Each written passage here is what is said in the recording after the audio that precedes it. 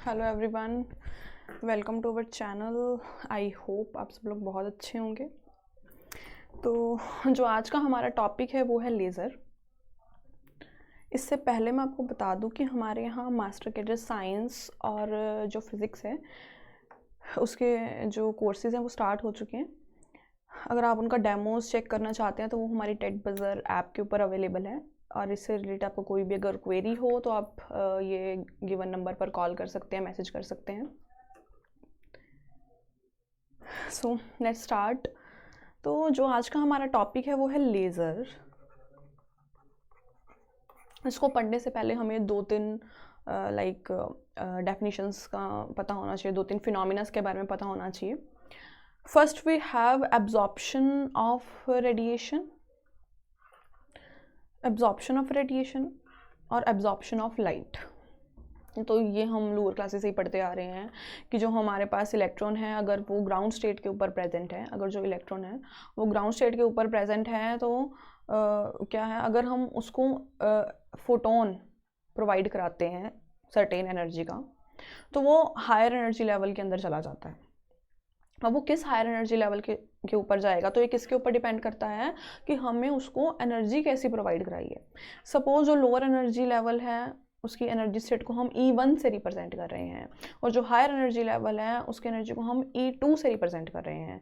तो जो lower energy level है उसको अगर हम E2 माइनस E1 मतलब इन दोनों एनर्जीज के डिफरेंस का अगर हम फोटोन प्रोवाइड कराते हैं जिसको नॉर्मली HNU से रिप्रेजेंट किया जाता है तो हमारे पास जो लोअर एनर्जी स्टेट वाला इलेक्ट्रॉन है वो हायर एनर्जी स्टेट के अंदर चला जाएगा।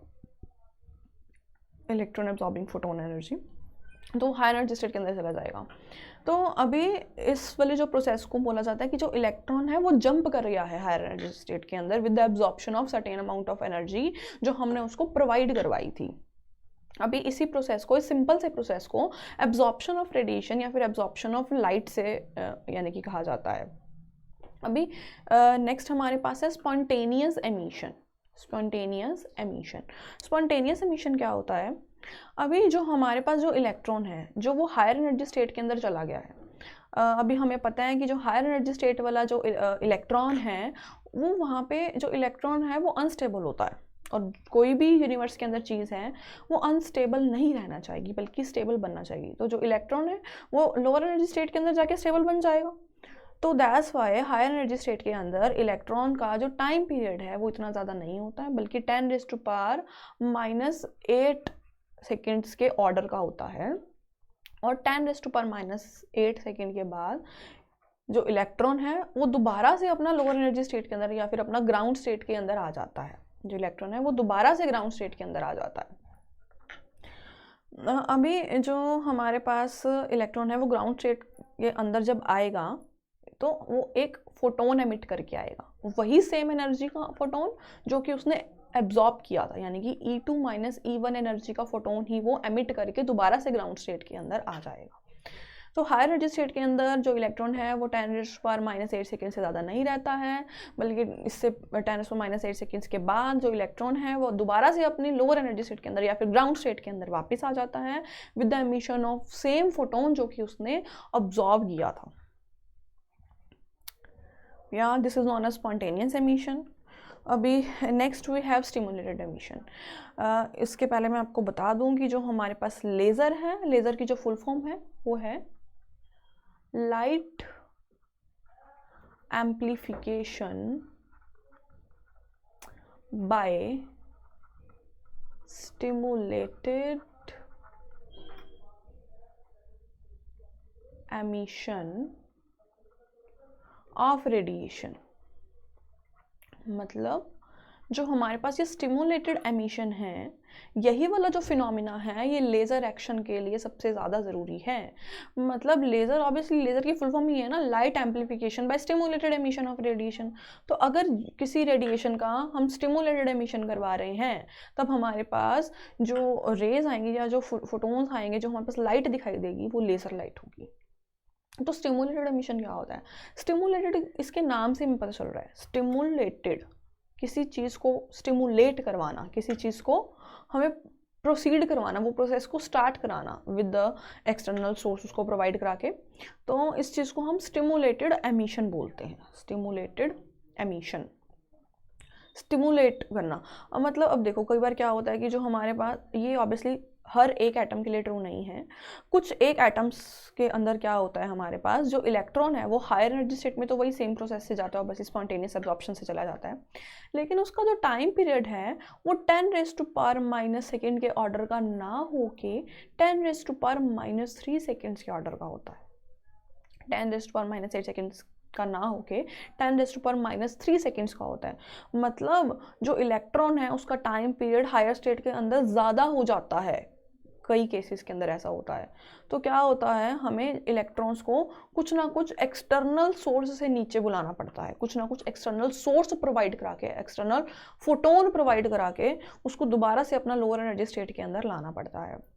तो जो एक्साइटेड इलेक्ट्रॉन है वो हायर एनर्जी स्टेट के अंदर चला गया, तो हम क्या करेंगे, उसको फोटोन, एक फोटोन लेंगे जो कि obviously E2 - E1 energy difference का होगा, जो भी हायर एनर्जी स्टेट है उसका फोटोन होगा। उसको हम अगर अबव यानी कि हायर एनर्जी स्टेट के अंदर जो इलेक्ट्रॉन ऑलरेडी प्रेजेंट है उसके पास से क्रॉस करवाएंगे, उससे क्लोज से क्रॉस अगर हम करवाते हैं तो क्या होगा, इस हायर एनर्जी वाले स्टेट के इलेक्ट्रॉन को स्टिमुलेट हो जाएगा ये, और क्या है वो नीचे आ जाएगा। जो इलेक्ट्रॉन है अब वो हायर एनर्जी स्टेट के अंदर था, अगर हमने उसको एक और फोटोन उसके क्लोजर से पास करवाया तो क्या होगा, जो हायर एनर्जी स्टेट के अंदर इलेक्ट्रॉन है वो दोबारा से लोअर एनर्जी स्टेट के अंदर आ जाएगा with the emission of photon. लेकिन स्टिमुलेटेड एमिशन के केस के अंदर क्या हुआ, हमारे पास 2 फोटोन आए, एक तो फोटोन जो इस इलेक्ट्रॉन ने एमिट किया, एक फोटोन जो हमने इसको प्रोसेस को स्टिमुलेट करवाने के लिए भेजा था। 2 फोटोन, ये वाले 2 फोटोन्स अब हमें मिलेंगे। तो जो ये 2 फोटोन्स हैं इनकी क्या प्रॉपर्टी होगी कि ये जो 2 फोटोन हैं ये एक तो इन फेज होंगे, सेम फेज के अंदर होंगे, और इनकी जो वेवलेंथ है ये सेम होगी। इनकी वेवलेंथ सेम होने की वजह से और इनका सेम फेज होने की वजह से इन दोनों की जो प्रॉपर्टी है हम उसको कहेंगे, ये जो दोनों फोटोन्स हैं they are coherent in nature. ये जो दोनों फोटोन्स हैं ये कोहेरेंट फोटोन्स हो जाएंगे, और हमें पता है कि जो कोहेरेंट है उनकी जो इंटेंसिटी होगी वो भी हायर होगी।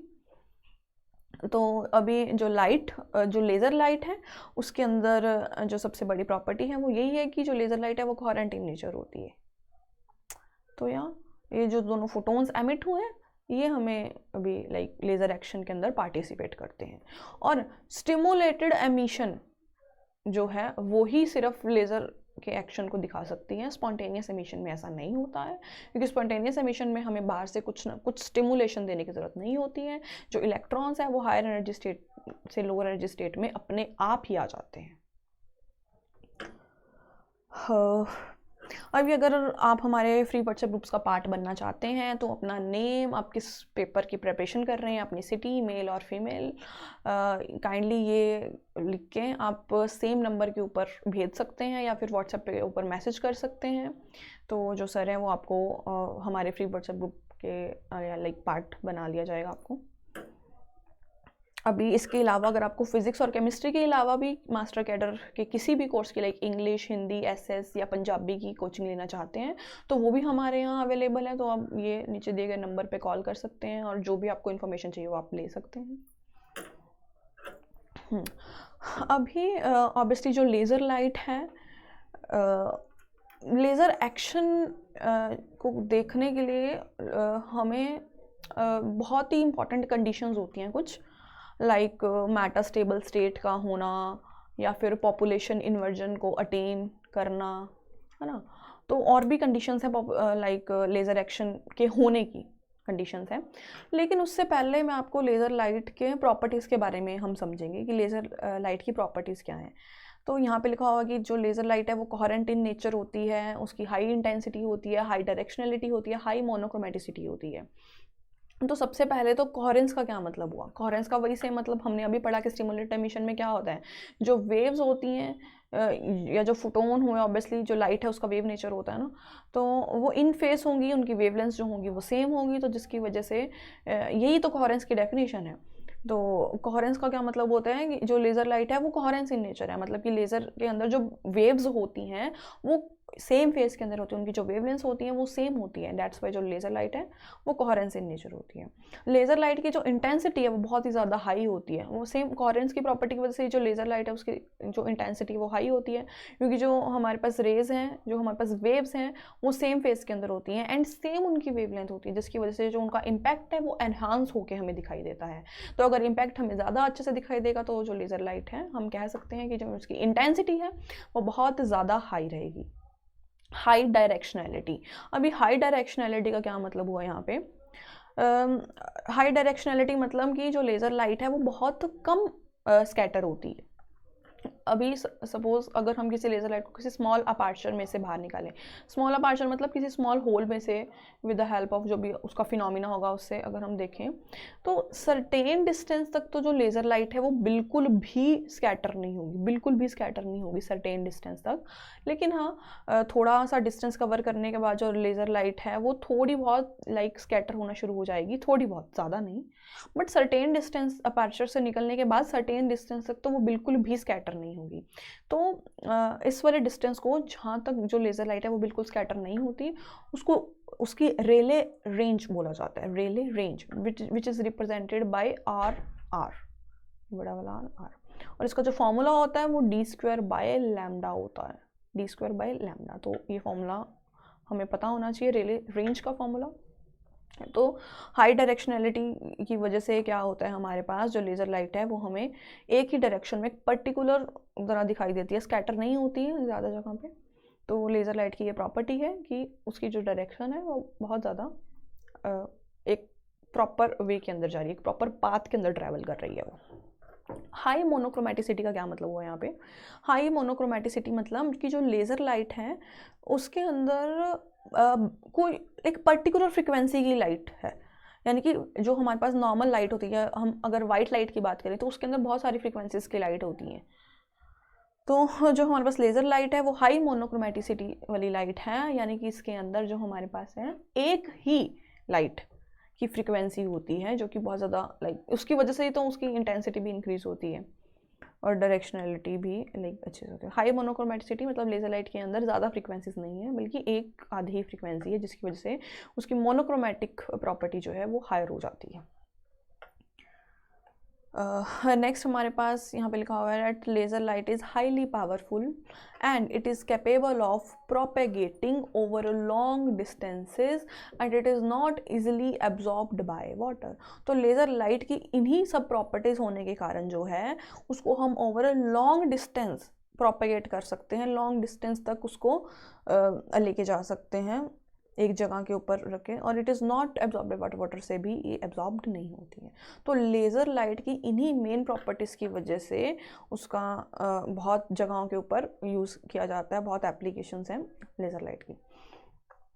अभी नेक्स्ट हमारे पास क्या है, लेज़र लाइट को अचीव करने के लिए हमारे पास दो बहुत ही मेन जो चीज़ें हैं वो है, फर्स्टली इज़ हमारे पास मेटास्टेबल स्टेट का होना बहुत ज़रूरी है, और दूसरा हमारे पास पॉपुलेशन इन्वर्जन का होना बहुत ज़रूरी है। मेटास्टेबल स्टेट का होना बहुत ज़रूरी है लेज़र एक्शन को दिखाने के लिए, और पॉपुलेशन इन्वर्जन का होना बहुत ज़रूरी है। अब सबसे पहले हम बात करते हैं कि मेटास्टेबल स्टेट कैसी स्टेट्स होती हैं। मेटास्टेबल स्टेट एक ऐसी स्टेट है जिसके अंदर जो इलेक्ट्रॉन है उसका टाइम पीरियड 10⁻⁻8 सेकेंड्स ना होकर 10⁻⁻8 सेकेंड्स ना होकर 10⁻⁻3 सेकेंड होता है, इन ऑर्डर ऑफ 10⁻⁻3 सेकेंड्स। मतलब 10⁻⁻8 सेकेंड्स एक नॉर्मल टाइम पीरियड होगा जो कि हम पढ़ते आ रहे हैं कि एक्साइटेड स्टेट के अंदर या फिर हायर एनर्जी स्टेट के अंदर जो इलेक्ट्रॉन्स हैं उनका जो टाइम पीरियड है वो बहुत ज़्यादा नहीं होता है, बल्कि 10⁻⁻8 सेकेंड के ऑर्डर का होता है और वो जल्दी से नीचे आ जाती है। लेकिन लेज़र एक्शन देखने के लिए हमें चाहिए कि जो हमारे पास इलेक्ट्रॉन्स हैं उनका जो टाइम पीरियड है वो 10⁻⁻8 सेकेंड्स ना होकर 10⁻⁻3 सेकेंड्स हो, यानी कि, और ये कंडीशंस जो हैं ये हर एक एटम के अंदर नहीं होती हैं, बल्कि कुछ एक एटम्स ऐसे होते हैं जिनके अंदर मेटास्टेबल स्टेट्स पाई जाती हैं, और उनके अंदर जो इलेक्ट्रॉन्स हैं उनका जो टाइम पीरियड होता है वो 10⁻⁻3 सेकेंड्स तक का होता है। जिसकी वजह से जो इलेक्ट्रॉन्स हैं वो ज़्यादा देर तक एक्साइटेड स्टेट के अंदर रहते हैं, और जब वो नीचे आते हैं ऑब्वियसली उन्हें हमें स्टिमुलेशन प्रोवाइड कराना पड़ता है, और वो जब नीचे आते हैं वो खुद का फोटोन तो एमिट करते ही हैं, बल्कि उनके साथ जो एडिशनल फोटोन है ये भी जाता है, जिसकी वजह से उनकी जो प्रॉपर्टी है कोहेरेंस वाली वो एनहेंस होती है, और जिसकी वजह से हमें लेज़र एक्शन देखने को मिलता है। अभी ये तो था मेटास्टेबल स्टेट, लेकिन पॉपुलेशन इन्वर्जन क्या हुआ? पॉपुलेशन इन्वर्जन क्या है हमारे पास? लाइक ये हमारे पास एक E2 एक्साइटेड स्टेट है, एंड ये हमारे पास E1 जो है वो ग्राउंड स्टेट है। अभी और इसके अंदर सपोज जो पॉपुलेशन है चार्ज कैरियर्स की वो N2 है, और इसके अंदर जो पॉपुलेशन है चार्ज कैरियर्स की वो N1 है। अभी अगर ये हमारे पास इलेक्ट्रॉन्स, इनको अगर हमने कोई फोटोन प्रोवाइड कराया तो ये ऑब्वियसली हायर एनर्जी स्टेट के अंदर चले गए, तो जो हमारे पास इलेक्ट्रॉन है वो इधर मतलब एक्साइटेड स्टेट के अंदर चले गए।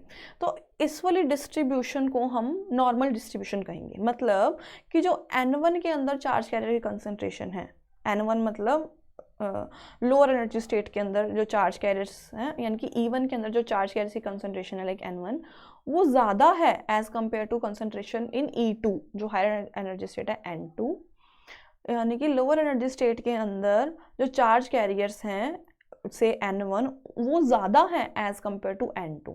तो ये तो हमारे पास होगी नॉर्मल डिस्ट्रीब्यूशन। लेकिन पॉपुलेशन इन्वर्जन क्या होता है कि सपोज़ किसी तरीके से हमारे पास जो N2 है यानी कि हायर एनर्जी स्टेट की जो कंसंट्रेशन है वो ज़्यादा हो जाए as compare to N1, higher energy state की जो कंसंट्रेशन है वो ज़्यादा हो जाए एज़ कम्पेयर टू N1, तो इस चीज़ को पॉपुलेशन इन्वर्जन कहा जाता है। हायर एनर्जी स्टेट की कंसंट्रेशन जब ज़्यादा हो जाती है as compare to ground state या lower energy state, obviously ground state, तो हमारे पास क्या होगा, हम कहेंगे कि हमारे पास पॉपुलेशन इन्वर्जन अटेन हो गया है। और पॉपुलेशन इन्वर्जन सबसे ज़रूरी है लेज़र एक्शन को समझने के लिए, एंड पॉपुलेशन इन्वर्जन तभी अटेन हो सकता है जब हमारे पास मेटास्टेबल स्टेट हो। अगर हमारे पास नॉर्मल स्टेट्स ही होंगी तो हमारे पास कभी भी एक्साइटेड स्टेट की जो कंसंट्रेशन है वो ग्राउंड स्टेट से ज़्यादा हो ही नहीं पाएगी, क्योंकि जैसे ही हमारे पास जो इलेक्ट्रॉन है वो ऊपर जाएंगे वो नीचे आ जाएंगे, जो नीचे वाला ऊपर जाएगा वो डायरेक्टली 10⁻⁻⁸ सेकंड्स के बाद नीचे नीचे आ जाएंगे।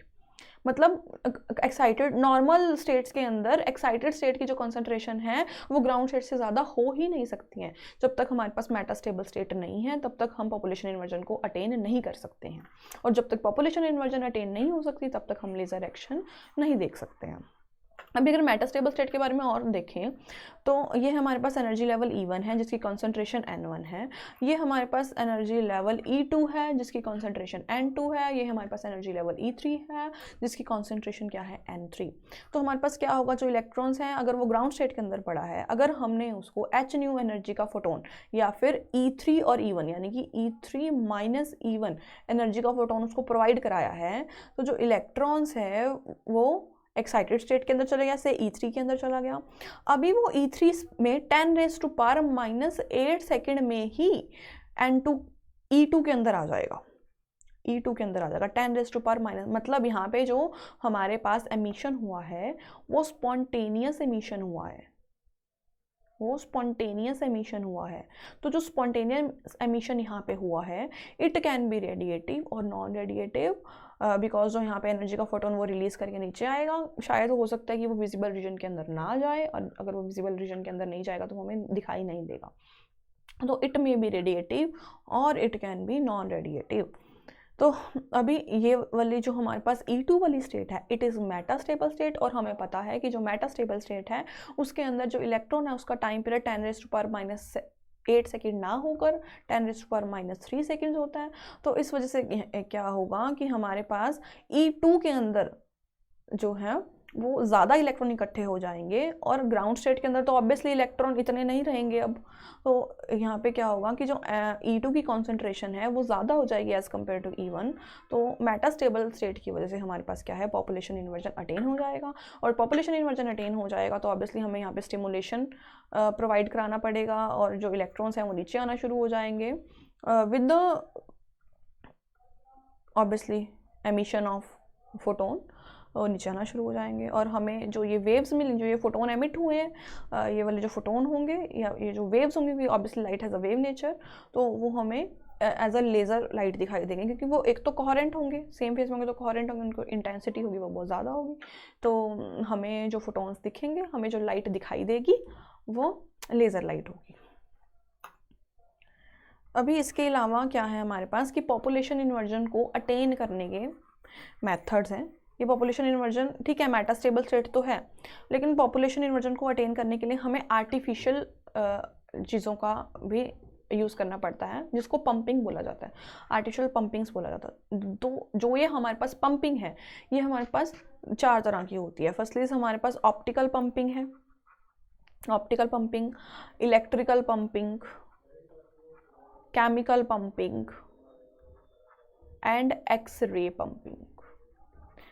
ये हमारे पास 4 तरह की पंपिंग्स हैं। ऑप्टिकल पंपिंग के अंदर हमारे पास क्या होता है, वही यही कि लाइट की हेल्प से इलेक्ट्रॉन को, ग्राउंड स्टेट वाले इलेक्ट्रॉन को सम हायर एनर्जी स्टेट के अंदर लेके जाया जाए और फिर वो वहाँ से स्पॉन्टेनियस एमिशन करके मेटास्टेबल स्टेट के ऊपर पहुँचे और मेटास्टेबल स्टेट के अंदर वो पॉपुलेशन इन्वर्जन अटेन करके लेज़र एक्शन को दिखाएं। तो पंपिंग की हेल्प से उनको एक्साइटेड स्टेट के अंदर सभी इलेक्ट्रॉन्स को जल्दी जल्दी भेजा जाता है।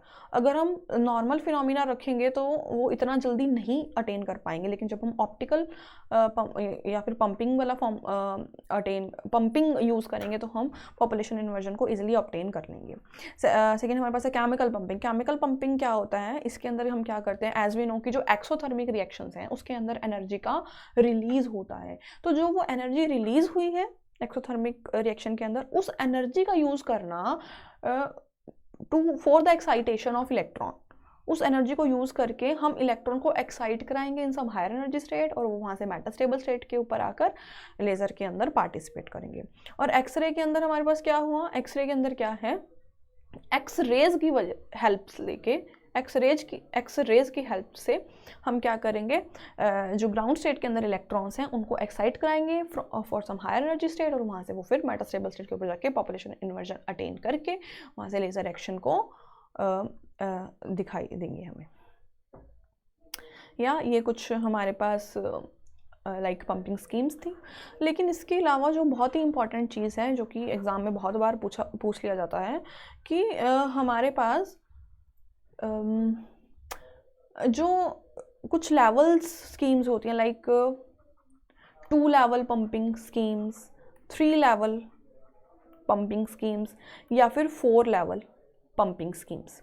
अभी 2 लेवल पंपिंग स्कीम्स का क्या मतलब हुआ, 2 लेवल पंपिंग स्कीम्स के अंदर क्या होता है, हमारे पास 2 लेवल्स होते हैं, हमारे पास 2 लेवल्स होते हैं, एक तो हायर एनर्जी वाला लेवल और एक लोअर एनर्जी वाला लेवल। हायर एनर्जी लेवल को सपोज हम E2 से ले रहे हैं, लोअर एनर्जी लेवल को सपोज हम E1 से ले रहे हैं। तो 2 लेवल पंपिंग स्कीम के अंदर क्या होता है, हमें बहुत ही ज़्यादा हाई पावर पंपिंग मशीन चाहिए होती है अगर हम पॉपुलेशन इन्वर्जन अटेन करना चाहते हैं। तो इतनी ज़्यादा हाई लेवल जो पंपिंग होती है वो हमें नहीं मिल पाती अगर हम प्रैक्टिकली देखें। तो इन शॉर्ट की जो 2 लेवल पंपिंग स्कीम है उसके अंदर हम जो 2 लेवल्स वाली लेज़र हम बना ही नहीं सकते, क्योंकि 2 लेवल वाली लेज़र के अंदर क्या, 2 लेवल जो हमारे पास एटम्स होंगे या फिर शेल्स होंगे उसके अंदर क्या होगा, जो इलेक्ट्रॉन्स हैं पंप करके हम उसको ऊपर लेके जाएंगे। 2 लेवल के अंदर सबसे पहले तो मेटास्टेबल स्टेट ही नहीं होती है, तो अगर मेटास्टेबल स्टेट नहीं है तो पॉपुलेशन इन्वर्जन अटेन करना बहुत ही ज़्यादा डिफिकल्ट है और प्रैक्टिकली हम नहीं कर सकते हैं। तो दैट्स वाई 2 लेवल के अंदर हमारे पास क्या है, लेज़र एक्शन हमें देखने को नहीं मिलता है।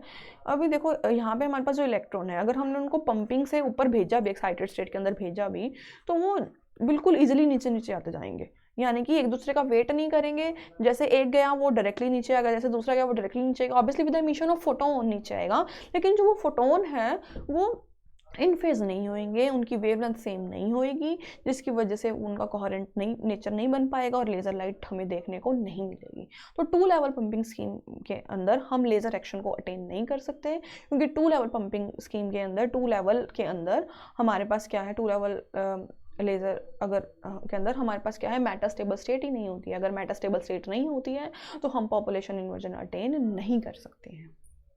सिमिलरली अगर मैं 3 लेवल स्कीम की बात करूं तो 3 लेवल स्कीम तो ये हमारे सामने ही है, 3 लेवल स्कीम, ये हमारे पास फर्स्ट लेवल है, ये हमारे पास सेकंड लेवल है, हमारे पास थर्ड लेवल है।